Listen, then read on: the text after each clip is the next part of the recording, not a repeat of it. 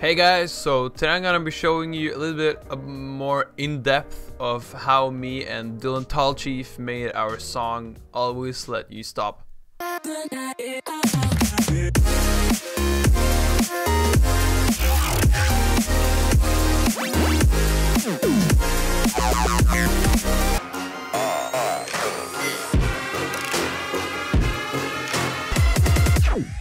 the bass. Okay, this could work. And then the drop is very loud. Proper rhythm. So since he didn't really go over anything about how we made the basses in the rhythm drop and stuff, I thought it would be a cool opportunity to show all the new people that's been coming to my channel lately after the song got uploaded to Dubstep Gutter and Dylan posted the video on how we made the track. So getting started, we have a lot of deactivated stuff, which was just some alternative stuff. So this is pretty much just a sub bass, so we're not gonna be focusing on any of that, but we got a lot of other stuff. So right here we got a bass that sounds like this, and it has a layer that sounds like this.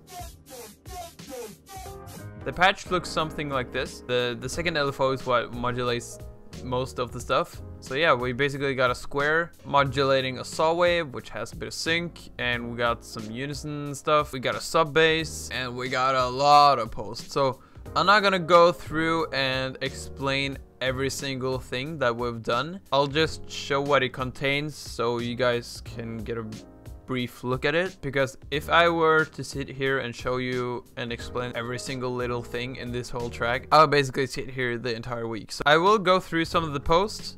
So let's just start with the frequency shifter, also known as Rhythm shifter.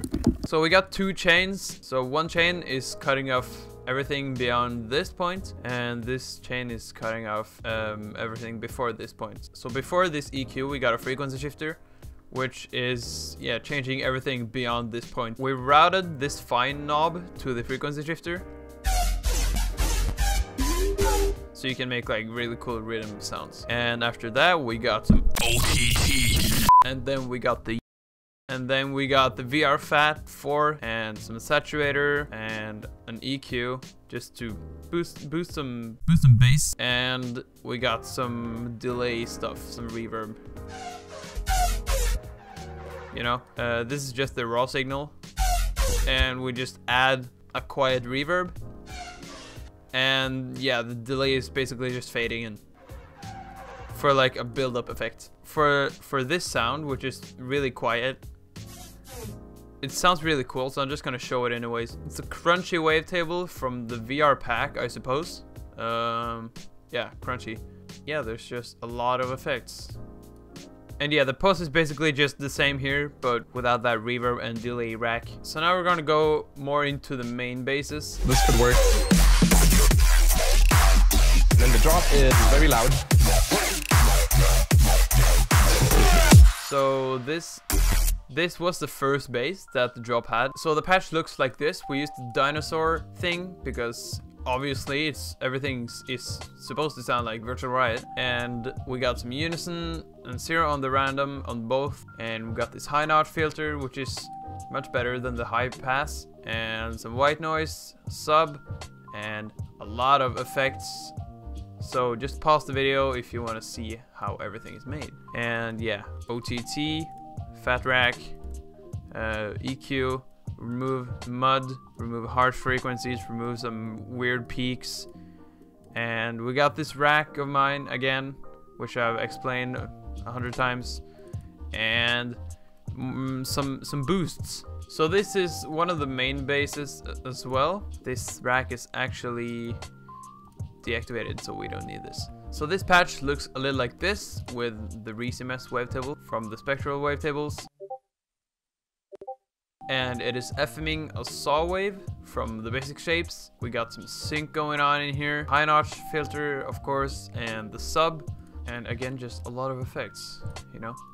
So more OTT, fat rack, corpus. This corpus patch is really cool. Some EQing. This is a really complex EQ. Since there was a lot of annoying frequencies that we had to remove. I mean, it sounds really dull, and it turned out really great. So we used a gate. As you can see, it's cutting out a really annoying like feedback sound. It's still happening in the background, but you can't hear it. So, and yeah, that's basically that bass. So we got this cool bass, which I basically remade from the song Dogfight.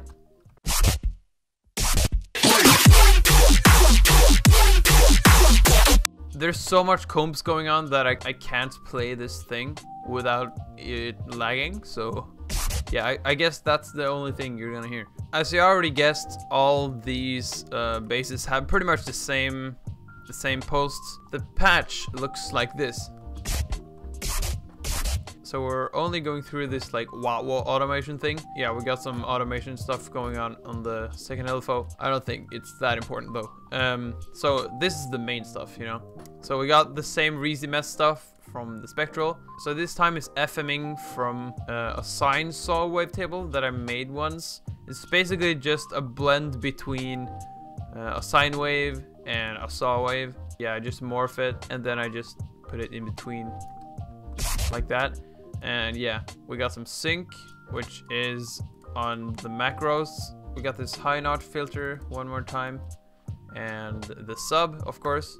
So the sound is very noisy, and we just put more combs on it like this, and compressor and chorus to make it wide, and distortion and all that stuff. And we did some EQing to remove the high end, and without the EQ it sounds pretty weird. Way too much highs, so we just removed that, and then we added an OTT to bring the high end back, but much cleaner. Yeah, fat rack and all the stuff. You get the idea.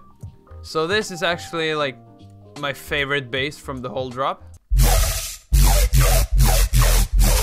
It's just a really like thick and rhythmy bass. So this obviously has a fuck ton of effects. Jesus Christ. The patch looks like this, and this is really advanced patch. This is the main LFO, which is just doing the main things like, yeah, level and stuff. And this is automating some wavetable positions.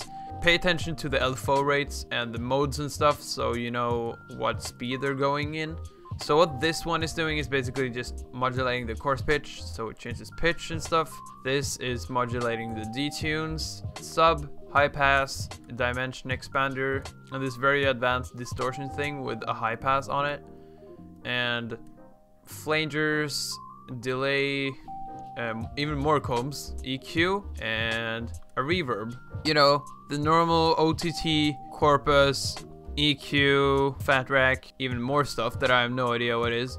Utility to add gain, reverb, EQ8, and then we got this reverb thingy. So yeah, overall this bass is like really wonky. So yeah, in between all of these basses we just got these VR samples that is like typical VR to add in every single situation. So we got these cool like machine gun type of, and this patch looks something like this. It has some basic shape stuff, basically a sine wave, but then we messed with the phase stuff. I think that's what's going on here.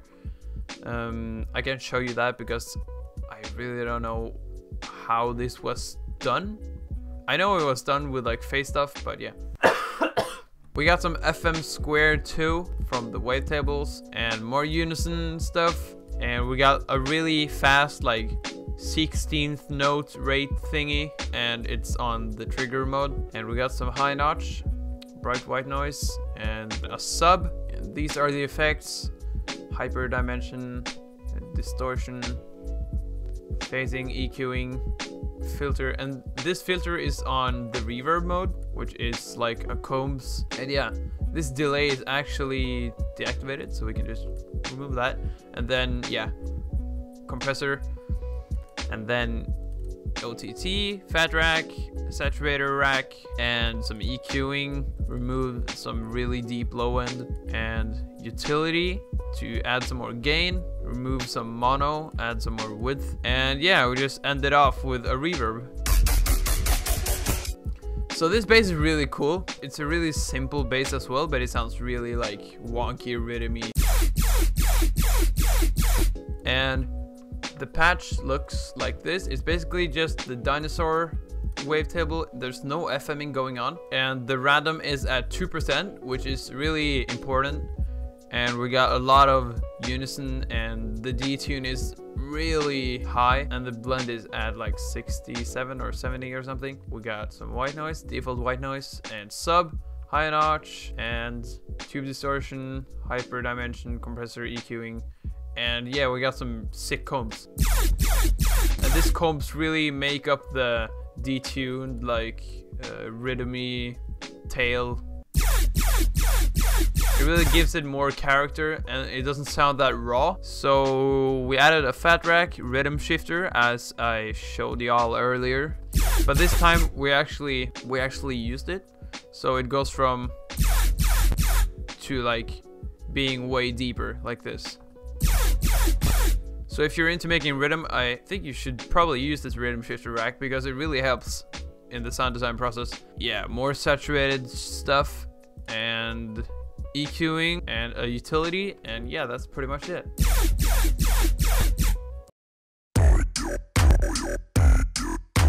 So everyone has been asking me about how the hell we made the music box thing and where it's from.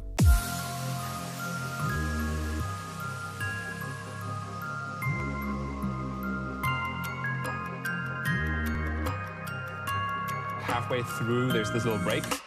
So what we would usually do is open up Contact and use a library called Contact Factory Library, which contains a music box that sounds pretty much like the one we used. But the one we used is just pure samples, which is from a sample pack called Noise Toy Percussion.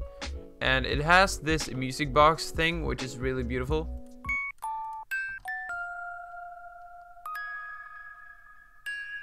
And here I added a 7th, I think.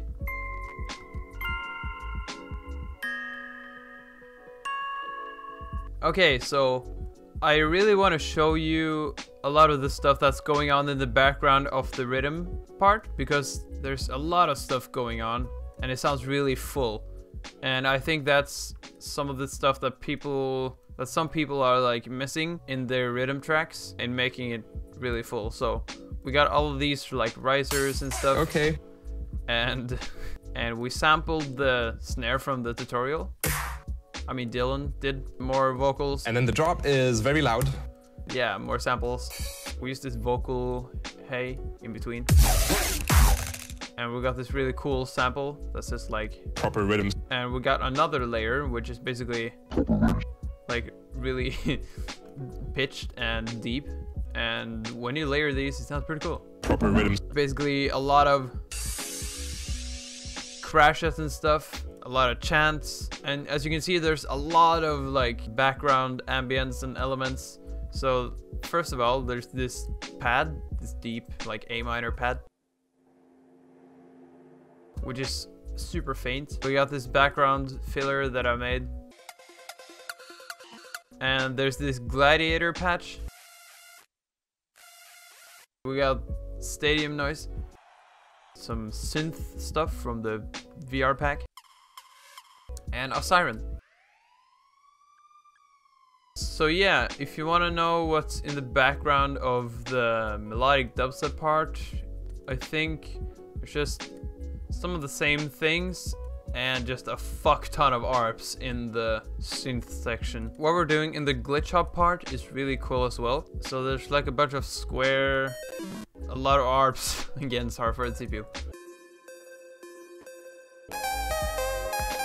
So yeah, my CPU is pretty much telling me that you gotta chill, bro. For such a big project, for any of you wondering, the overview looks like this, okay? Don't complain to me about my PC being weak or something. I actually got a Patreon now, so if any of you want to support me or something, you could go do it over there. And I'm not begging for money or anything, but I'm just saying, guys.